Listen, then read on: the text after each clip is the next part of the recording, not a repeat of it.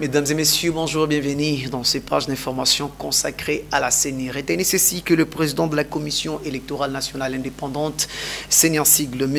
Denis Kadima Kazadi, a échangé avec une délégation du Centre Carter investie d'une mission internationale d'observation électorale qui dirige conjointement Catherine Samba Panza, ancien chef de l'État de la transition de la République centrafricaine. Suivez cet élément. L'entretien qui s'est déroulé en présence du premier vice-président bienvenu Ilanga Lembo s'est focalisé sur le rôle que devra jouer la mission venue s'enquérir de l'état des préparatifs de l'organisation des scrutins combinés du 20 décembre 2023.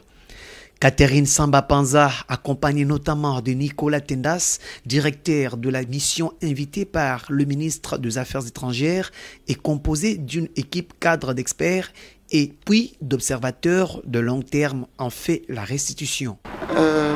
Je co-dirige la mission internationale d'observation électorale du Centre Carter.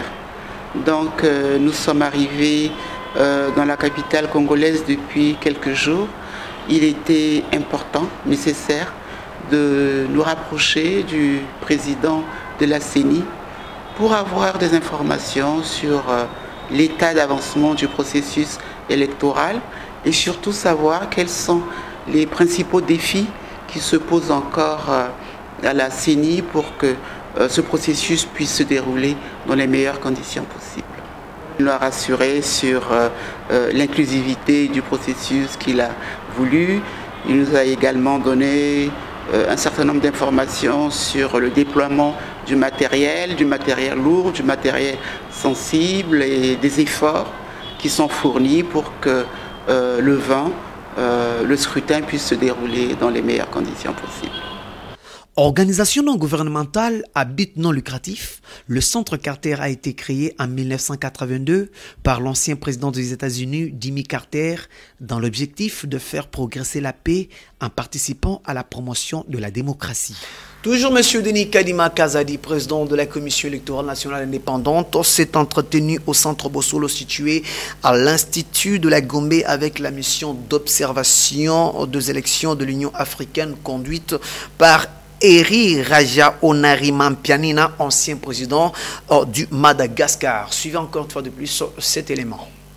Les membres de cette mission en RDC jusqu'au 26 décembre prochain ont pour charge principale de faire une évaluation des élections conformément aux normes régionales en vue de la consolidation de la bonne gouvernance. Écoutez, d'abord c'est pour lui annoncer que nous sommes là en tant qu'équipe d'observation, si vous voulez, de l'Union africaine, pour observer les élections qui vont se passer le 20 décembre, c'est-à-dire dans quelques jours. Donc nous avons retracé le cadre de notre mission, nos responsabilités par rapport à cette mission, c'est de rester indépendant, impartial et nous enquérir des informations qui nous permettront justement de reporter ces observations. C'est tout ce que je peux vous dire pour l'instant. Le reste, c'est après les élections. Le président de la centrale électorale, toujours M. Denis Kadima Kazadi, a conféré avec une délégation des forums de parlement des États membres de la conférence internationale sur la région de Grand Lac, FPCRGL en sigle, conduite par Morgan Sitoala, parlementaire zambien. Suivez encore une fois de plus cet élément. Le FPCIRGL a déployé une mission pour observer les élections générales en RDC. Les hôtes de la centrale électorale se sont dit assurés de la bonne tenue des élections du 20 décembre 2023 auxquelles s'attend le peuple congolais, tenant compte des assurances données par Denis Kadima Kazadi quant à la ferme détermination de mener à bon port le processus électoral. L'objectif de cette mission, de cette visite, c'était d'abord de faire une visite de courtoisie au président de la commission électorale indépendante de ces grands pays et d'avoir une idée sur l'état d'avancement des préparatifs menant vers les élections. Nous souhaitons des bonnes élections à la République démocratique du Congo. Nous accordons beaucoup d'importance à la paix à la République démocratique du Congo, vu sa situation. Le pays est situé à un endroit très stratégique. Et nous aimerions que tous les citoyens congolais puissent avoir l'opportunité de voter. Et les explications qui nous ont été données ici nous conduisent à voir que le processus est inclusif. Tous les candidats qui autrefois n'avaient pas eu accès, cette fois-ci, ils ont accès, ils vont participer au processus électoral. Et c'est quelque chose de très encourageant. Nous croyons à la paix. Nous pensons que sans la paix, la région ne pourra pas se développer. Et nous voulons que ces élections soient les catalyseurs au développement, non seulement de la RDC, mais aussi de l'Afrique, étant donné le potentiel en termes de mines et autre chose, la population, le sol dont regorge la RDC. Donc nous pensons que ces élections seront justement l'élément qui feront que nous puissions atteindre, que nous soyons indépendants.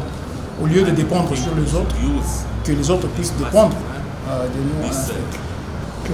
It's for this reason that we really appreciate and we wish this country very successful, very peaceful elections, so that together we can move. Le FPCIRGEL est une organisation intergouvernementale parlementaire composée des parlementaires de 12 États membres dont fait partie la RDC. L'objectif principal de cette MOE en sigle est d'évaluer dans quelle mesure le processus électoral répond au protocole de la CIRGEL sur la démocratie et la bonne gouvernance. À terme, la mission publiera une déclaration suivie d'un rapport complet contenant des observations.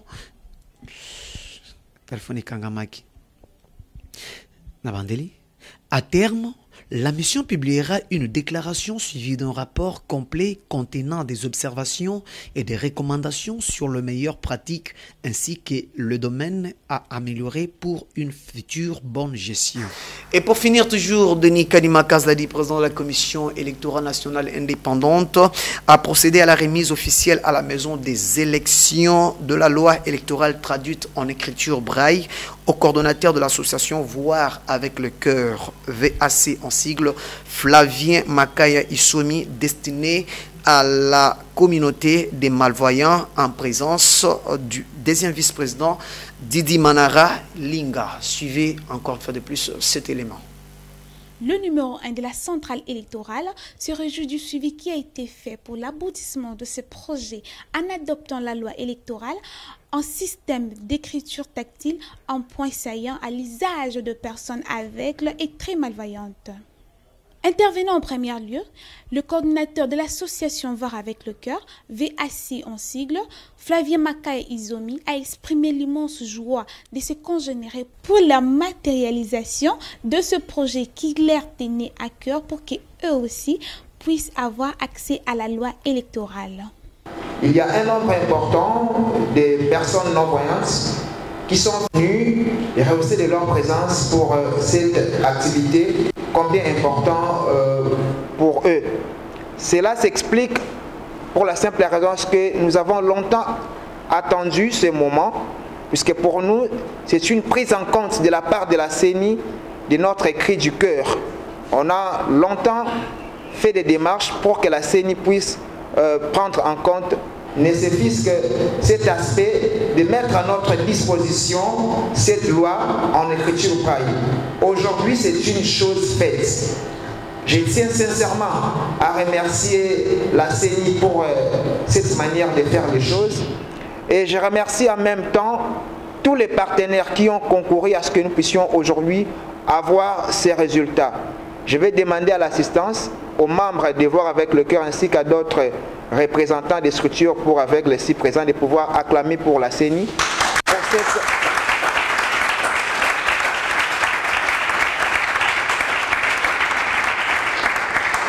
Merci.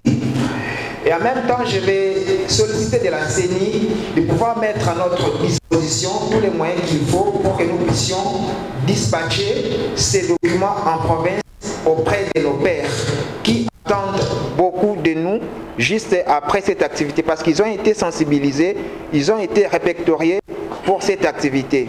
Je dis et je vous remercie. C'est requête de voir ce document parvenir auprès de plus grand de ses compatriotes vivant dans cette condition a déjà trouvé une réponse positive dans la réaction du président de la CENI d'en assurer la vulgarisation en vue de la rendre plus accessible à cette communauté. Les participants ont été également défiés avec une explication détaillée sur le processus de vote, du dépouillement à la compilation jusqu'à la publication de résultats provisoires. Les échanges qui s'en sont suivis ont éclairé la lanterne de l'assistance sur quelques préoccupations soulevées. Mesdames et messieurs, c'est par ici que nous mettons un point final à ces bulletins d'infos consacrés à la CENI. Merci de l'avoir suivi et bonne suite des programmes sur nos antennes.